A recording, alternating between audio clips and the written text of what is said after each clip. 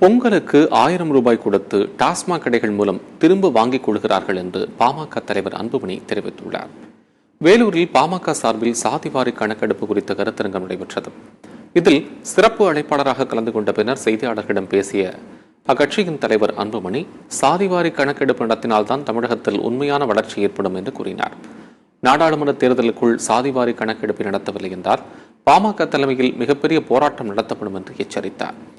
பொங்கலுக்கு 1000 ரூபாய் கொடுத்து டாஸ்மாக் கடைகள் மூலம் திரும்ப வாங்கிக் கொள்கிறார்கள் என்று கூறிய அன்புமணி, பொங்கல் பண்டிகையை ஒட்டி 4 நாட்களுக்கு தமிழக அரசு டாஸ்மாக் கடையை மூடுமா என்று கேள்வி எழுப்பினார்.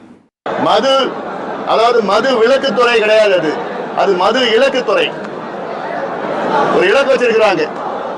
கடந்த ஆண்டு 36,000 கோடி ரூபாய் மது விற்பனை, இந்த ஆண்டு 45,000 கோடி, அடுத்த ஆண்டு 55,000 கோடி மது விற்பனைன்னு ஒரு இலக்கு வச்சிருக்கிறாங்க. மது இலக்குத்துறை அதுதான், அதுலதான் அவங்க போக்கஸ் பண்றாங்க தவிர